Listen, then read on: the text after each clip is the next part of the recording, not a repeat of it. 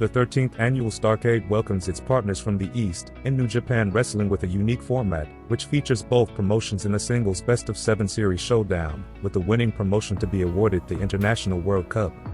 After participating in the tournament, Lex Luger and Sting face Ric Flair in a triangle match to determine who will subsequently wrestle Randy Savage, who was also involved in the tournament, for the World Heavyweight Championship.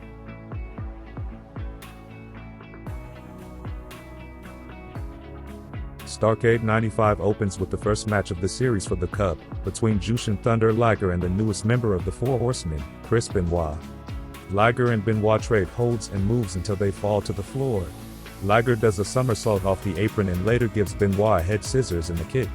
Benoit counters with a backbreaker, but Liger keeps coming back with takedowns. Benoit then hits suplexes and uses a lion tamer, but Liger counters with his own moves. They reverse through a tombstone, and Benoit attempts a flying headbutt but misses. Liger capitalizes with a powerbomb and a brainbuster. Benoit fights back with German suplexes and returns the powerbomb. However, Kevin Sullivan distracts Benoit, allowing Liger to pin him with a Hurricane Rana.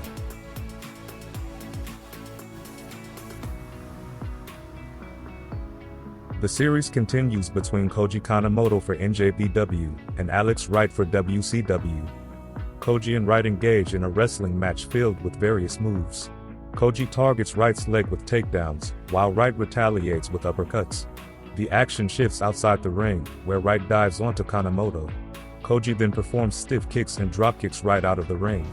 They continue trading moves, including a tiger suplex, German suplex, and missile dropkick. In the end, Koji wins with a jackknife pin after using a snake eyes move.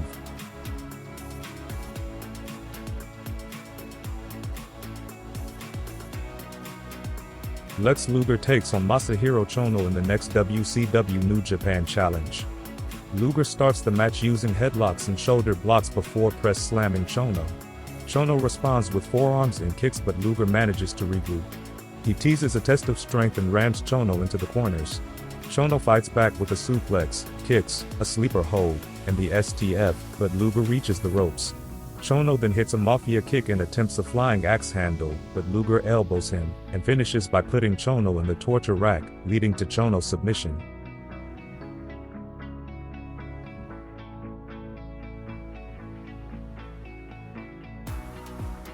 With the series tied at 2, Johnny B. Bad faces Masa Saito. Saito and Bad fight on the mat, exchanging moves and hits. The battle escalates, with Saito hitting Bad in the throat and Ono choking Bad. Masa performs a Saito suplex on Bad, followed by more choking. Bad fights back with a knee lift and a flying axe handle, but his flying sunset flip only gets a 2 count. As the action continues, Ono interferes by climbing on the apron and grabbing him, leading Saito to attack him. Eventually, Saito throws Bad over the ropes, resulting in a disqualification called by the referee. After the match, Saito threatens Kimberly, but Bad intervenes with punches and drop kicks, with Saito and Ono eventually leaving.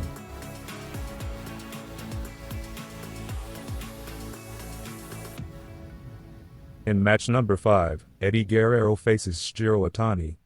Atani continues to take Guerrero down by his hair and puts him in different holds. They switch positions through mat wrestling until Atani regains himself. Guerrero hits him with a slingshot senton and puts him in a Boston Crab, but Atani reaches the ropes. He then uses a powerbomb and a brainbuster, but Atani fights back with springboard moves both inside and outside the ring. Atani goes back to mat holds, until Eddie counters with a suplex.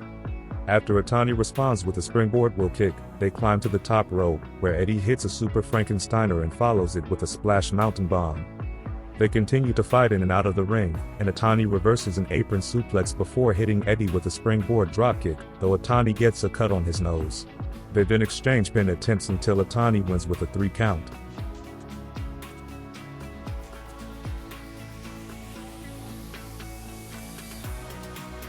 World Champion Randy Macho Man Savage takes on Hiroyoshi Tenzan before his later title defense in the next match. Tenzan and Savage battle in the ring until the referee separates them. Tenzan strikes with chops, kicks, and forearms, while Savage counters with a corner ram and a face rake. Tenzan retaliates with a wheel kick and continues his offense with headbutts and chops, leading to a brawl outside the ring. Tenzon slams Savage on the rail and brings him back into the ring, where he performs a Samoan drop and a flying headbutt but fails at a moonsault.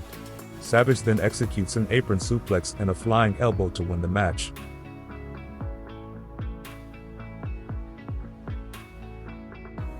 With the series tied at 3 apiece, Sting faces US Champion Kensuke Sasaki in the deciding match. Kensuke and Sting have a fierce match with back-and-forth action. Sting performs a Stinger Splash and uses forearm strikes, before Sasaki counters with a facebuster. They brawl on the apron, and Kensuke suplexes Sting, then hits a power slam and a Northern Lights buster. Sasaki applies submissions, including Sting's Scorpion Deathlock. Sting escapes but is targeted on the leg. He eventually counters with a facebuster and clothesline, then puts Kensuke back in the Scorpion Deathlock, leading to Sasaki's submission. Savage, Guerrero, Benoit, Wright, Bad, and Luger all join Sting for the celebration and presentation of the cup.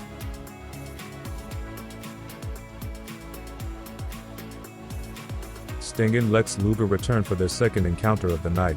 They join Ric Flair in a triangle match to determine who will next face Randy Savage later for the world title. Sting teases Ric Flair at the start but then gets attacked. Flair retreats after hitting Sting but distracts the referee to keep attacking. Luger then joins the match, but Flair uses dirty tactics to interfere. Luger fights back and slams Flair from the top rope, leading to a tag where Luger and Sting face off. They go back and forth with moves and trading punches until Luger low blows Sting. Despite trying to put Sting in the torture rack, Sting accidentally hits the referee. Flair takes advantage and knocks both out of the ring. He wins by count out. After the match, Luger claims he was asking for help and hurt his knee, but Sting doesn't believe him and is disappointed. Jimmy Hart then talks to Flair and offers his managerial services for the championship match.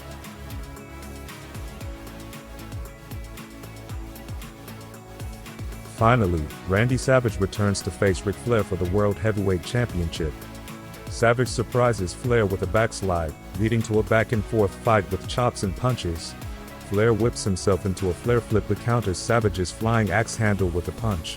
Flair targets Savage's injured arm while Jimmy Hart distracts the ref. Hart tries to help Flair with a megaphone, but Savage intercepts it and hits Flair. Savage strikes Flair, nails a flying elbow, but Pillman and Benoit show up. Savage throws Pillman onto Benoit, but Arn Anderson knocks out Savage with brass knuckles, allowing Flair to win a historic 12th world title. After the match, the Horsemen continue to assault Savage.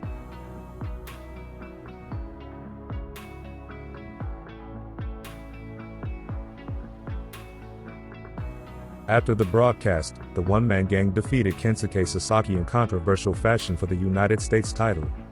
Johnny B. Bad and Diamond Dallas Page resumed their conflict over the television championship, while Lex Luger and Sting defeated Harlem Heat to win the WCW World Tag Team titles.